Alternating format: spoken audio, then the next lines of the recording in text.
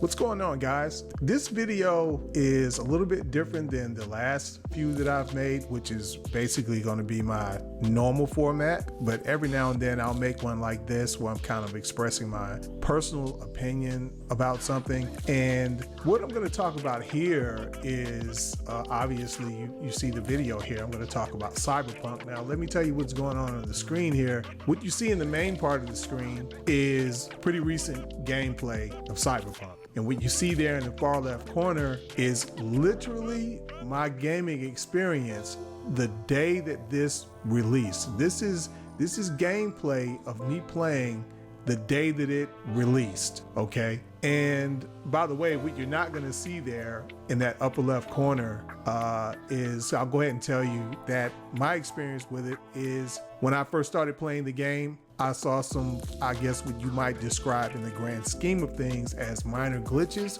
The driver of the car would T-pose out of the car. I was actually trying to catch that on video, but I couldn't catch it. And I was amazed that I couldn't catch it because it had been doing it quite frequently before that. Also, things like the cars would be kind of like buried in the ground. The motorcycles would be buried in the ground. Yeah, it was things like that. Things that I didn't panic over. It really wasn't immersion breaking for me because I was so impressed with the city and how large it was, and you know how you could just go everywhere. I did notice that you couldn't go into a lot of the buildings unless there was some reason why CD Projekt Red wanted you to go in the building. Maybe later on there was going to be some mission in there or something like that, but you just couldn't just walk into any building. But that was okay. And I was also impressed with the fact that you could just go around and just get into trouble without even addressing the story. I mean, the gangs were everywhere.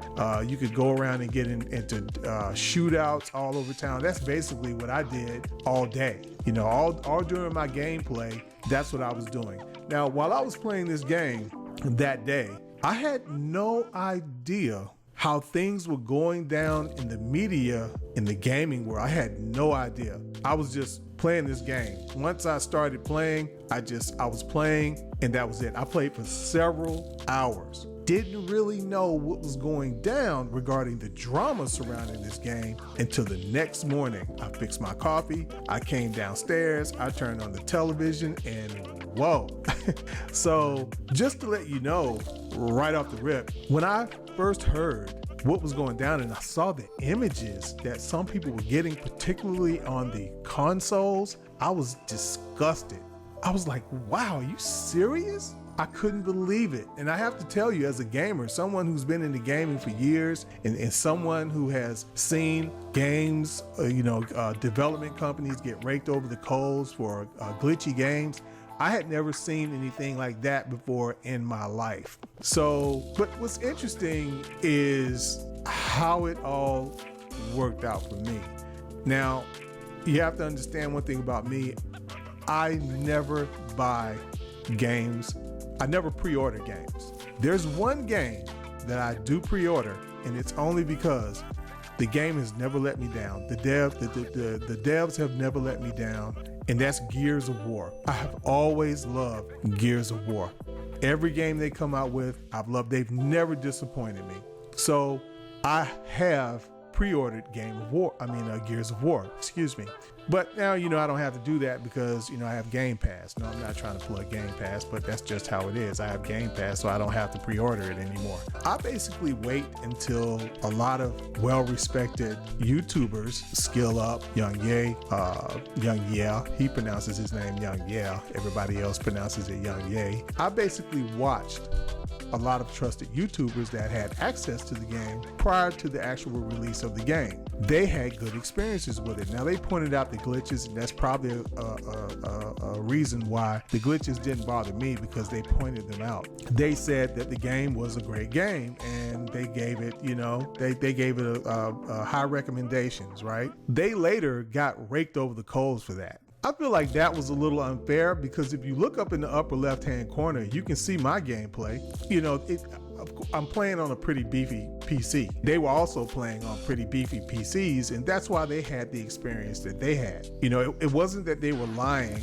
Anyone who played the game the same way, you could identify with why they thought the game was a great game, because they weren't playing it on the console. Now, I think it was Young, he did point out the fact that he did give it a caveat, and that was that I think he did point out that he was playing it on PC. If I remember correctly, he pointed out how suspicious it was that I forgot what it was, but he did give it a caveat.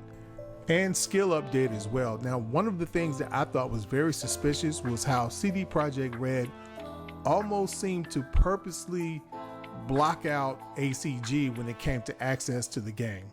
They did not give him access to the game.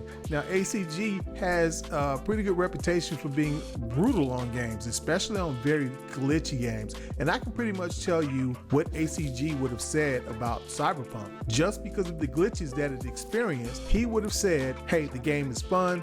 He would have given it credit for everything that it deserved credit for, but there would have been too many glitches for ACG. And he basically would have said, not necessarily to wait for a sale, but to wait until they get the glitches out. That's what he would have said. I bet money on it that is exactly what he would have said. He would have said, don't purchase it right now, give the devs a chance to get the glitches out, and then take another look at it. But you know who else knew that? CD Projekt Red. CD Projekt Red did what they did on purpose. I have absolutely no doubt about that in my mind, and that's why I'm going to tell you this too. This may be controversial to some, but CD Projekt Red deserved every bit of vitriol they got. Of course, I don't support anybody threatening anybody's family or threatening anybody even directly, but in terms of just anger, vitriolic anger, they deserved every bit of it. Okay guys, we're going to go ahead and end it right there. This video went on a little longer than usual, but I did want to address the issue because a lot of people have been asking me questions about Cyberpunk and the whole drama surrounding it. Obviously, it is still a hot button issue after all this time, so there you go. But hey guys, if you like the video, like, share, and subscribe, and as usual, stay safe.